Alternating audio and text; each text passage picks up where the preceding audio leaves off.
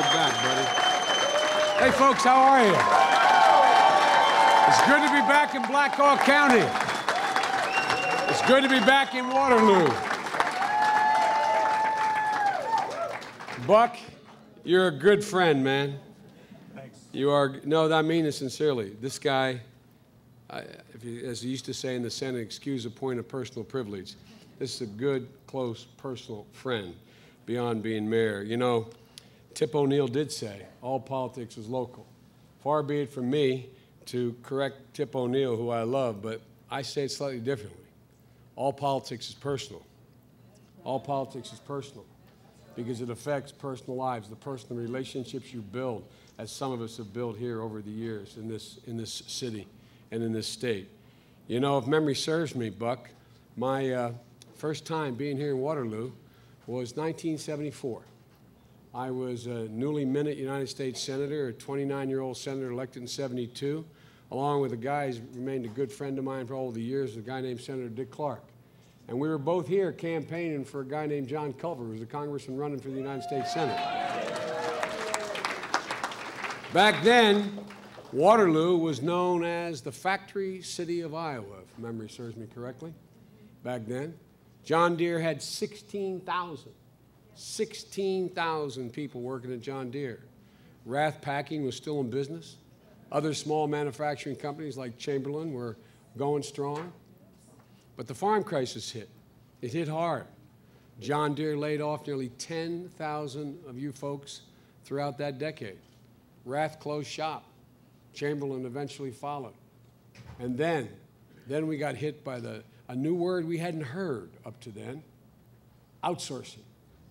The dreaded word, outsourcing. I don't know how many plant gates I stood in front of in this state with padlocks on them, literally padlocks on them. Because they picked up, they moved, lock, stock, and barrel, their machinery, their equipment, and they got a tax break for moving it to Mexico or someplace else. And then when it hit, it started with small manufacturing outfits like Ertl Toys, which relocated 250 jobs. Used to be 250 jobs nearby here. 250 jobs to Tijuana because they paid $1.50 an hour. And those guys began the race to the bottom. Race to the bottom. But it really gained pace, outsourcing. It became a lot more sophisticated. It wasn't just cheap labor being performed overseas. We started outsourcing sophisticated services, high-end stuff. When Barack and I got elected, we were determined to restore America's middle class, to restore Americans' heartland to the prosperity one knew, to strengthen America so young people who were raised here, educated here, had family here, went to college here, could come home and sink their own roots and find opportunity here, instead of for the 70s and 80s and 90s, leaving. You have one of the best education systems in the country. How many times I've sat with you guys over the years, individuals I could name here in Black Hawk County, say my son or daughter just did well. They graduated from Northern Iowa, they graduated from Iowa State, they graduated from, but they're moving. No job for them. Nothing for them here. We were determined to turn that around. We went to work, and we did it in two ways. First, we vastly increased the markets for agricultural products, not only in countries that were blocking access, but in emerging countries. We were increasing access. Second, we did all we could do to end the practice of outsourcing. We started off by betting on you, literally, not figuratively, betting on you as the most productive workers in the world. America workers are the most productive workers in the world.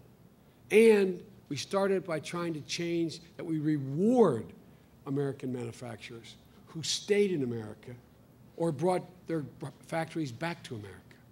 On outsourcing, Mitt Romney says he's the same mind. No, that's what he says. No, not a joke. This is pretty fascinating. I hope the press listens to this. I don't mean they don't listen. As a matter of fact, some of the things I say, I wish they didn't listen to. But you know, but I tell you what, he says he's the same mind. He says he wants to bring American jobs home. Speaking at a metalworking factory in Cincinnati, I think it was in February, he said, no, I guess it was just last week. He said his experience as a businessman is what gives him the great understanding of what it takes to bring jobs back to the United States of America. That's his premise. In Toledo, at a fence factory, I think that was in February, he said that outsourcers have, quote, been able to put American businesses out of business and kill American jobs. And he went on to say if he were president, he was going to end that outsourcing. That's what he tells you. But like so many other things the governor talks about, there's a huge disconnect between what he says and what he means and what he's done. And ladies and gentlemen, don't take my word for it. Just last week, a major article in the Washington Post, they went back and examined, I believe, 15 years of SEC records, Securities and Exchange Commission records, the filings that Bain Capital Investments under Mitt Romney made. They have to file with the SEC. And it was during the 15 years he ran the show. And here's what they said. During the 15-year, quoting, during the 15 years that Mitt Romney was actively involved in running Bain, a private equity firm he founded, it owned companies that were pioneers in the practice of shipping work from the United States to overseas call centers and factories. It was a pioneer. He was a pioneer in the practice. That's what they said. That's what the records show. Bain companies, as the Washington Post said, were, quote, I'm quoting now, handmaidens to this outflow of employment. Handmaidens to this outflow of employment. This guy who tells us his business experience enables him to know how to bring jobs home. Look, these weren't just little outfits, 250 jobs, as important as they were. We're talking about helping major corporations like Microsoft, Sun Microsystems, Hewlett-Packard, Dell, outsource their manufacturing from the United States of America. The CEO of Modus, one of the companies that Bain owned, claimed that he would be in a filing, quote, working closely with Bain on strategic expansion, end of quote. Strategic expansion, in this case, means moving jobs from Iowa, Ohio, Michigan, Pennsylvania, to Singapore, Taiwan, China, and South Korea. Here's the bottom line, folks. Bain and their companies, they made a great deal of money facilitating this outsourcing and offshoring American jobs. Yeah, they made a lot of money, but in the process, they devastated whole American communities here in the heartland and back in my home state of Delaware. An outfit that tracks this stuff called McKinsey Global Institute estimated in the last 2 decades, $18.4 billion in IT and $11.4 billion of process services moved overseas. Imagine how many families that represents. Imagine how many communities that impacted in the United States of America. But look, this is totally consistent with Mitt Romney's economic philosophy. Look, he's not a bad guy. He's a decent man. People who support him are decent people. They just have a different value set than we do. This guy's a good family man. This guy has a lovely wife. This guy has a bright wife. And by the way, my guess is she'd trade all the money they had for her full health. So they know about a lot of things, and they're decent. But they have a different value set in terms of what this country, what makes this country tick. He believes it makes a lot of sense to do things the way he did it at Bain. Romney and his supporters believe and continue to believe in this business model the Bain model, the model they helped pioneer, they believe truly is good for the American economy. They believe, as the Washington Post put it, and I quote, while the export of jobs can be disruptive for many workers and communities in the United States, outsourcing has been a powerful economic force, going on the quote, that has made U.S. companies more nimble and profitable, end of quote. I simply ask you, how's that nimble, profitable thing working for you all? How's that nimble, profitable thing working for the General Motors and Chrysler's plant closed in my home state of Delaware? How's that nimble and profitable thing working for those 8 million Americans who are out of work? And they're more than that, but just as a consequence of this recession. Look, these profits don't mean a lot that these nimble and profitable companies have if you don't have a house you've been foreclosed on. They don't mean a lot if you don't have a job. They don't mean a lot if you sat at your kitchen table this morning. Some of you probably did. Not here, but you know your fellows in other parts of the country did. Husband and wife having coffee at the table saying, who's going to tell her? Who's going to tell Mary she can't go back to university in September? Who's going to say it? You going to tell her, honey, or am I going to have to tell her? People are hurting, and they're still hurting. But if you don't have stock in the company that Bain sent overseas, the nimble, profitable stuff doesn't help you much. So you got to give Mitt Romney credit. He's a job creator in Singapore, China, India. He's been very good at creating jobs overseas. So on the record of the show, I think he creates jobs. Problem is, they're mostly overseas. Look, maybe that's why when the president sought and won sanctions against China, remember when China was dumping tires, automobile tires, on the American market, and we took action, the president took action, and we won that case? Romney attacked the president for, quote, protectionism. This guy talks tough on China? Now, in fairness, some of Romney's defenders say, hey, Biden, you're being unfair. You're being unfair. That's the job of Bain Capital. That was their job. That's what they're supposed to do. I don't take issue with that. But when he became governor of Massachusetts, we saw it wasn't just his job, it was his economic philosophy. This guy's a true believer. And by the way, again, no joke, not a bad guy. There's other people who agree with him. This guy's a true believer. As governor, his administration, as governor of Massachusetts, I left Bain, pioneering outsourcing.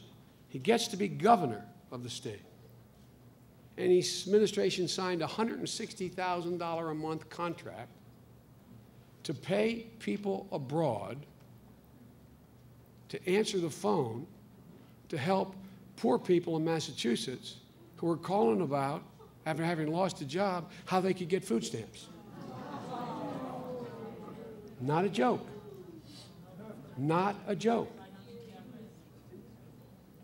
And when Massachusetts legislature passed a bill saying you couldn't outsource contracts overseas, he vetoed that bill. So folks, here's the cruel irony. An unemployed worker in Massachusetts picks up his or her telephone, calls the state of Massachusetts to ask about their unemployment benefits, and she ends up talking to someone in another country that her job was outsourced to. I mean, look, you know, truth is stranger than fiction, man. That's what they did. So don't tell me it was just his job at Bain. It's part of the economic philosophy that he thinks is going to revive this country. You know, it may not surprise any of you that under Governor Romney's 10 years as governor of Massachusetts, Massachusetts was losing manufacturing jobs twice as fast as the rest of the country. They were the third worst in the United States of America. Look, his whole career, this good man, Mitt Romney, has looked at American workers, looked at all of you and the places I come from, looked at us as part of the problem. American workers are part of the problem. We ask for decent wages. We ask for benefits that we deserve. The president and I don't see American workers as part of the problem. We see them as the heart of the solution. The heart of the solution. Folks, that's why one of the first things that President Obama and I did, I might add over significant opposition, and with Mitt Romney arguing that we should let Detroit go bankrupt, we rescued the automobile industry, your brothers and sisters all across the country. We rescued the automobile industry because we believe that the most productive workers in the world are American workers. Give them a chance and they will outproduce, they will outbuild, they will outmanufacture, they will outperform anyone in the world. And we also believe, and still believe, in the adaptability of American business and business American ingenuity. Ladies and gentlemen, we had to administer some tough medicine to rescue the automobile industry, but together we saved 1 million jobs, your brothers and sisters' jobs. And since restructuring, the industry has added another 200,000 jobs back. Excuse me, I have a cold. And GM is once again leading the world, the world's leading automobile manufacturers. Folks, we didn't stop there. Right now in America, right now in America, there are 600,000 high-tech manufacturing jobs going unfilled.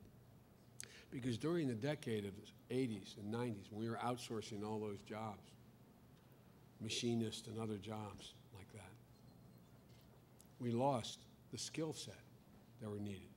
Now high-tech manufacturing jobs are coming back, ones that have been outsourced. And companies are having a hard time putting workers to the task. But workers desperately want a chance to work. So that's why we launched a partnership between what my wife Jill calls the best kept secret in America, community colleges, and those manufacturers.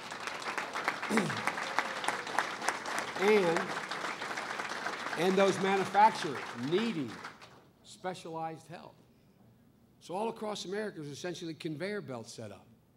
We say to the community college, to the business, you need workers, tell us what kind of workers you need, go to the community college, they'll set up courses to certify them, and it's a conveyor belt. Guess what? Romney and his friends think that's a bad idea, to make sure you can have those jobs located in the community where people live. Outsource Romney.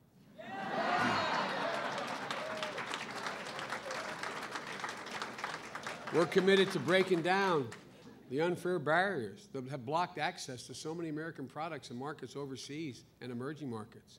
We got tough. The president set up. Everybody talks about getting tough on China. Tough. The president set up. He set up a special new agency inside the White House to make sure that American products would have a fighting chance. It's called the Trade Enforcement Unit, where we say, you screw around and don't let us in, we're taking action against you. Play it fair, play it straight. We went to the rest of the world. We want the rest of the world to understand what American consumers find out and are beginning to know. What you already know, that American workers are the most productive in the world and they make the best products in the world. And my dad, a former automobile man, the thing that makes him happiest, God love him, he's passed away, but he's sitting up cheering, not just because the industry's back, because now for the first time, I think in 23 years, J.D. Power says American thinks American automobiles are the best made automobiles in the world.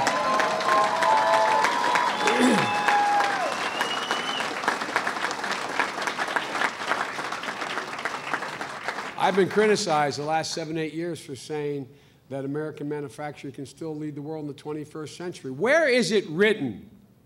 Where, as my mother would say, is it written that the United States can't dominate the 21st century as the world's leading manufacturer. Where is that written?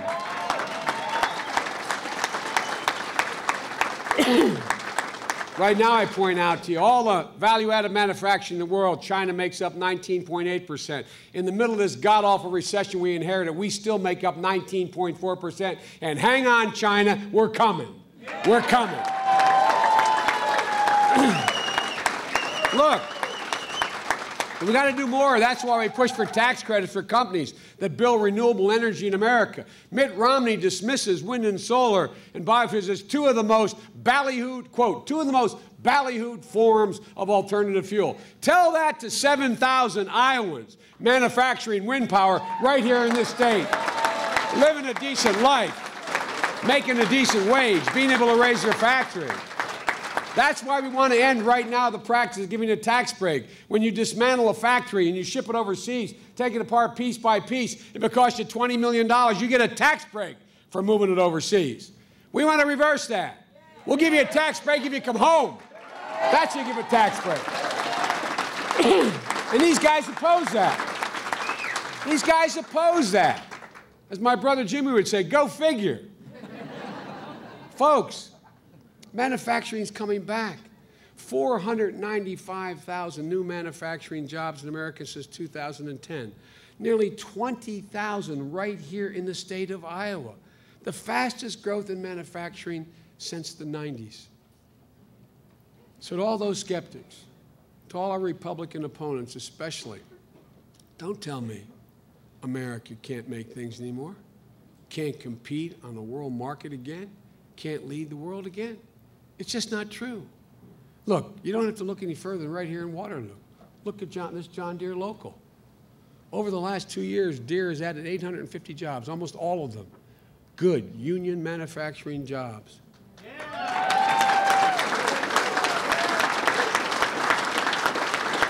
And I might note parenthetically, unions built the middle class in America.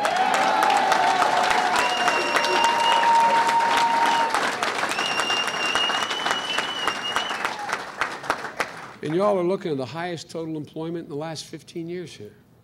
Not only making equipment, you're exporting it. You're exporting it. And Romney called, if you remember, several weeks ago, a month ago, he said the president's out of touch when the president encouraged young people to try to get manufacturing jobs. He said out of touch. Out of touch? A prospect of a president with a Swiss bank account and a retirement investments in the Cayman Islands? All kidding aside, did you ever think you'd be choosing between two people running for president, one of whom had a Swiss bank account? Whoa, out of touch.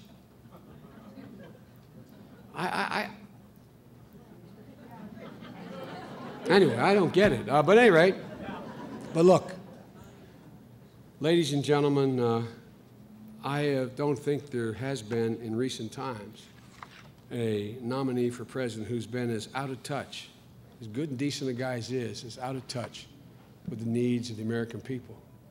You know, my dad used to have an expression, and you alluded to it, Roy.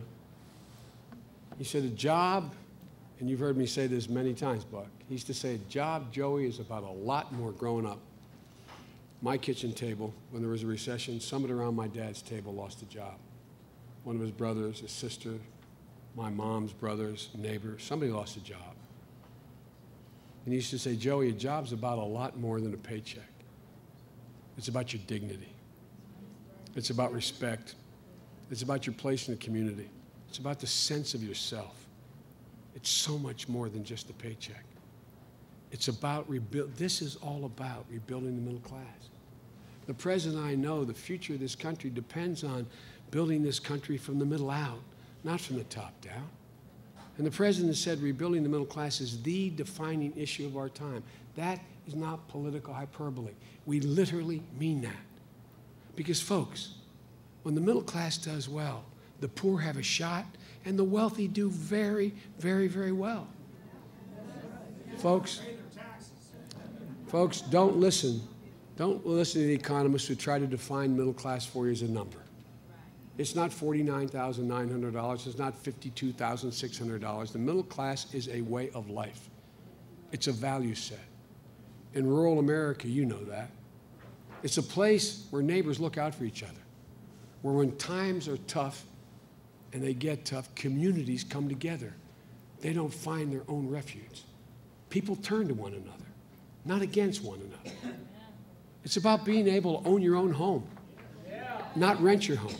It's about being able to be safe, being able to send your kid to a good school if they work hard, and able to go to college, have the promise that you can send them to college. And most important, when they graduate, that they can come home and put down their own roots in the community.